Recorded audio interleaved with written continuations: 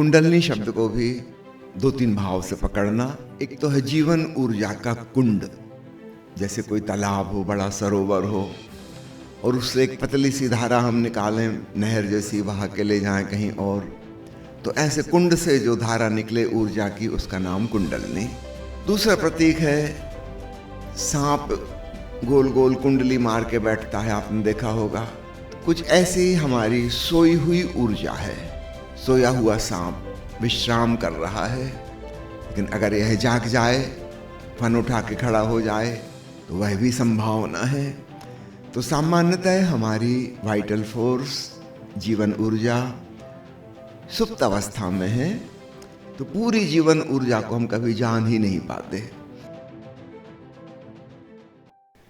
योग की भाषा में जिसे कुंडलनी कहते हैं, उसे हम अपनी सामान्य भाषा में कह सकते हैं जीवन ऊर्जा, लाइफ एनर्जी, वाइटल फोर्स। पुरानी भाषाएं काव्यात्मक और प्रतीकात्मक हैं, सिंबॉलिक। तो जैसे कविता में हम किसी चीज की उपमा देते हैं, तो हम समझते हैं कि यह उपमा है। कोई कवि जब कह रहा है कि उसकी प्रेमिका का चेहरा चांद जैसा है, तो हम फिर ऐसे सवाल नहीं पूछते कि अच्छा चांद का वजन तो कितने करोड़ टन है, आपकी पत्नी का वजन कितना करोड़ टन है। चांद पे तो अपोलो यान उतरा था, कि आपकी पत्नी के चेहरे पे अपोलो यान उतर सकता है? चांद तो रोज घटता बढ़ता रहता है, कभी गायब हो जाता है, फिर कभी पूर्णिमा आ जाती है, फिर क्या आपकी पत्नी बार बार दुबली पतली, फिर मोटी ऐसी होती रहती है? हम जानते हैं यह तथ्य नहीं है, लेकिन सुंदरता का वर्णन वह कैसे करे जो बात शब्दों में नहीं समाती, उसे कुछ इशारे से, कुछ संकेत से, उपमा से बताया जा रहा है। किंतु आध्यात्मिक धर्म ग्रंथ जब हम पढ़ते हैं, वहां पे मुश्किल खड़ी हो जाती है। हम भूल जाते हैं कि ऋषि भी कवि हैं। संस्कृत भाषा में ऋषि और कवि दोनों शब्द पर्यायवाची हैं। ये भीतर की किसी घटना का वर्णन कर रहे हैं, लेकिन वर्णन तो बाहर की किसी उपमा से ही करना होगा। निश्चित रूप से कोई भी उपमा ऐसी नहीं हो सकती जो बिल्कुल सही हो। लेकिन अगर हम इशारा पकड़ लें, कहते हैं ना समझदार को इशारा काफी है, मगर ऐसे समझदार लोग दुनिया में हैं बहुत कम। काश हम उसको इशारा जैसा समझें, तो हम सही बात पकड़ लेंगे। उस अनुभव की तरफ प्रेरणा हमें मिल जाएगी। और अगर हमने उपमा को ही तथ्य मान लिया, फैक्ट समझ लिया कविता को, तो वहां से फिर मुश्किल खड़ी हो जाएगी। और मुश्किल दो प्रकार की हो जाती हैं। एक है जिद्दी आग्रही, वो कहेंगे कि शास्त्र में जो लिखा है बिल्कुल ऐसा ही है। ये जो कवि ने कहा था कि इसकी प्रेमिका चांद जैसी है, तो बिल्कुल चांद जैसी थी। वो सिद्ध करने की कोशिश करेगा कि ये सही है। और निश्चित रूप से तब एक विपरीत ग्रुप खड़ा हो जाएगा जो कहेगा कि हो ही नहीं सकता, असंभव है, इसका कोई प्रमाण नहीं। दुनिया में आस्तिक और नास्तिक इस प्रकार पैदा होते हैं। दोनों ही उपमा को नहीं समझ पाए। एक जिद कर रहा है कि ये तथ्य है, वास्तविकता है, और जो बुद्धिमान है वो कहेगा ये हो ही नहीं सकता, आप असंभव बात कर रहे हैं, झूठ बोल रहे हैं। काश हम काव्य को समझें तो दोनों प्रकार की बात फिर खड़ी नहीं होंगी। दुनिया में जो इतने नास्तिक हैं, इनका कारण वो आस्तिकों की मूर्खतापूर्ण जिद्द। आपने शायद ऐसा कभी सोचा नहीं होगा कि लोग नास्तिक क्यों हो गए। वो आस्तिकों की मूर्खतापूर्ण बातों से। जो भी बुद्धिमान आदमी है वो उससे राजी नहीं हो सकेगा। तो आस्तिकों की वजह से नास्तिक पैदा होते हैं। काश हम पहली गलती ही ना करें तो फिर दूसरी गलती भी नहीं होगी। काव्य को काव्य की भांति लें। तो कुंडलनी शब्द को भी दो तीन भाव से पकड़ना। एक तो है जीवन ऊर्जा का कुंड, जैसे कोई तालाब हो, बड़ा सरोवर हो, और उससे एक पतली सी धारा हम निकालें, नहर जैसी, बहा के ले जाएं कहीं और, तो ऐसे कुंड से जो धारा निकले ऊर्जा की, उसका नाम कुंडलनी। एक प्रतीक यह है। दूसरा प्रतीक है सांप गोल गोल कुंडली मार के बैठता है, आपने देखा होगा। तो कुछ ऐसे ही हमारी सोई हुई ऊर्जा है। सोया हुआ सांप विश्राम कर रहा है, लेकिन अगर यह जाग जाए, फन उठा के खड़ा हो जाए, तो वह भी संभावना है। तो सामान्यतः हमारी वाइटल फोर्स, जीवन ऊर्जा सुप्त अवस्था में है, या उसकी बहुत कम मात्रा जो हमारे दिनचर्या में काम आती है, सिर्फ उतनी ही जागृत होती है जितनी जरूरत पड़ती है। हमारी जरूरत बहुत कम है, थोड़े बहुत से काम चल जाता है, तो पूरी जीवन ऊर्जा को हम कभी जान ही नहीं पाते। तो प्राण योग, हठ योग और अन्य प्रकार के योगों ने इस ऊर्जा को जगाने के प्रयास किए। विभिन्न प्रकार के आसन, मुद्राएं और खासकर प्राणायाम।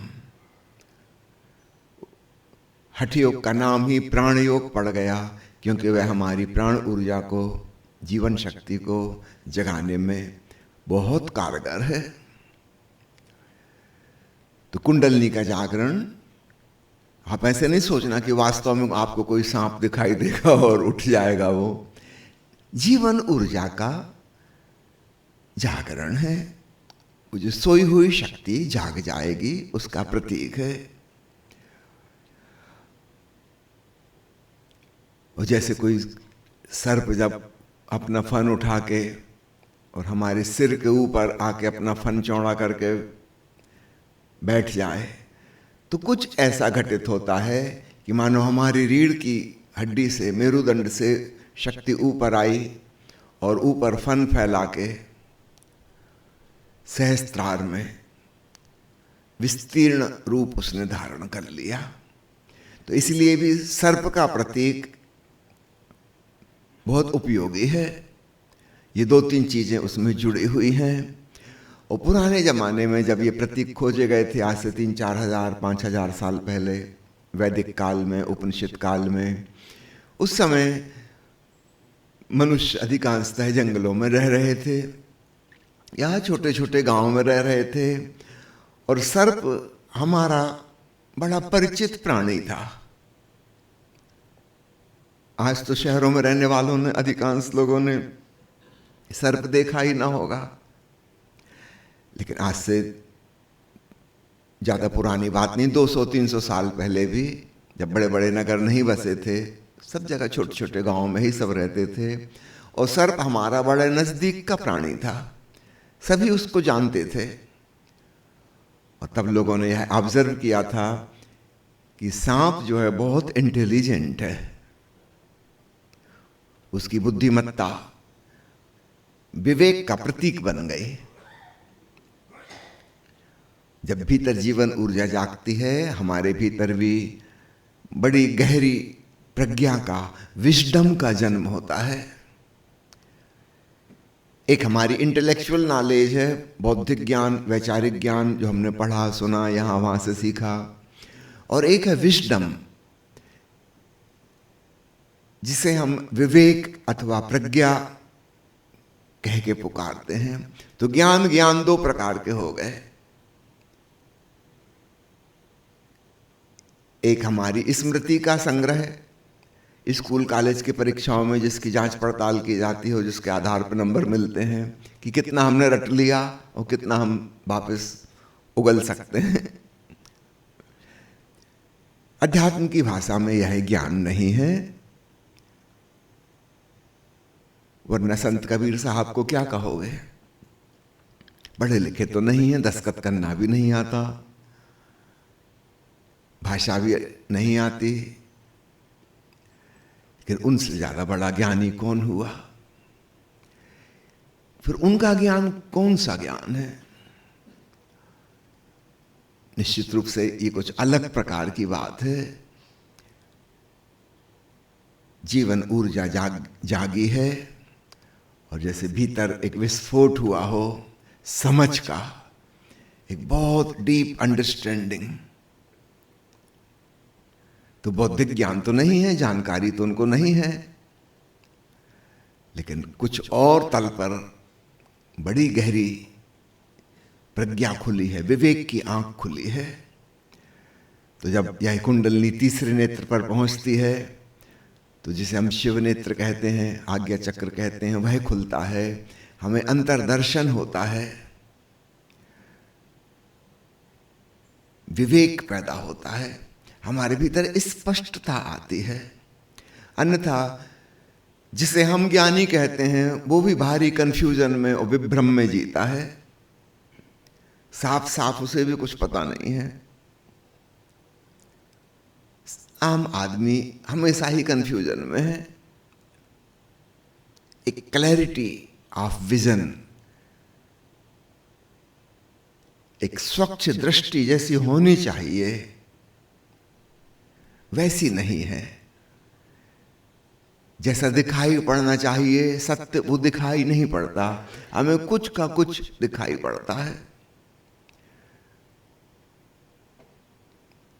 जब हमारी जीवन ऊर्जा पांचवें चक्र विशुद्धि पर पहुंचती है, तब हमारे जीवन में अद्भुत सृजनात्मकता का जन्म होता है, क्रिएटिविटी।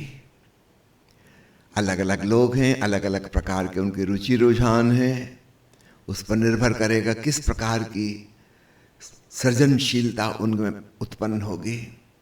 हो सकता है कोई गायक बन जाए, हो सकता है कोई नर्तक हो जाए, कि कोई अभिनय में कुशल हो जाए, कि कोई बागवानी करने में, कि कोई भोजन पकाने में, कि कोई घर की सफाई करने में। वो सृजनशीलता कहाँ लगेगी कह नहीं सकते, अपनी अपनी पसंद के हिसाब से। लेकिन हम पाएंगे अब हमारा कार्य करने का ढंग बदल गया, उसमें कुछ नूतनता, कुछ मौलिकता आ गई। अब हम लकीर के फकीर नहीं हैं कि जो सीखा था वही, भीतर से कुछ नयापन आता है, कुछ क्रिएट कर रहे हैं हम।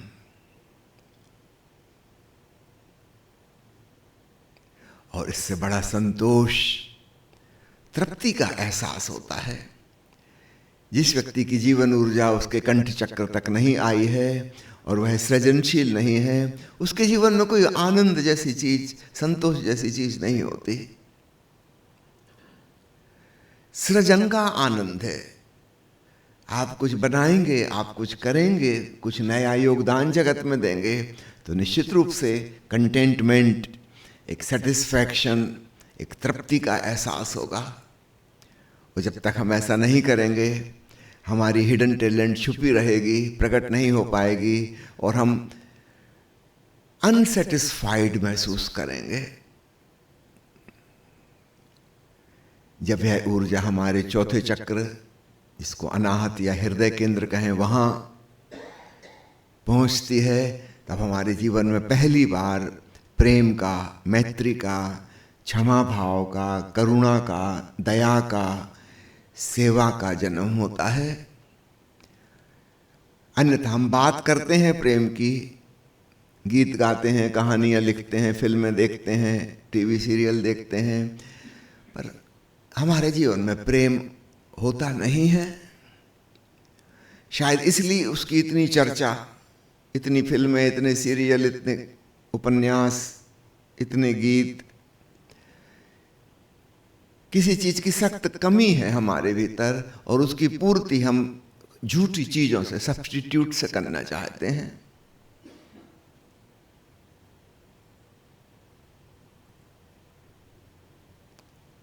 मुझे याद आता है, आज से करीब 100 साल पहले की घटना है। सोवियत रूस का एक बहुत बड़ा दार्शनिक विचारक पहली बार अमेरिका गया था, और वहाँ उसके जो मित्र थे वे उसे घुमा घुमा कर सब चीज़ें दिखा रहे थे कि अमेरिका में देखिए मनोरंजन के कितने साधन हैं, और जैसे जैसे वो लोग उसको घुमाते जा रहे थे, दिखाते जा रहे थे, वो कुछ उदास सा होता जा रहा था। आखिर 3 दिन काफी परिभ्रमण करने के बाद उसके जो मेजबान मित्र थे उन्होंने पूछा कि हम गौर से देख रहे हैं कि हम तो बड़े उत्साहित हैं कि आपको हम दिखा रहे हैं कि अमेरिका कितना संपन्न हो गया, मनोरंजन के कितने साधन हैं, किंतु आप प्रसन्न नहीं होते देख के, आप कुछ उदास से होते जा रहे हैं। क्या हम ठीक ऑब्जर्व कर रहे हैं कि हमसे कुछ गलती हो रही समझने में? उस रशियन विचारक ने कहा कि आप बिल्कुल ठीक पकड़ रहे हैं, वाकई में मैं उदास हो गया हूं कि आपके देश के लोग कितने दुखी हैं, उन्हें इतने मनोरंजन के साधनों की जरूरत पड़ती है। बहुत ही दुखी प्राणी होंगे। आज अमेरिका में करीब औसत व्यक्ति 6 घंटे प्रतिदिन टेलीविजन देखता है।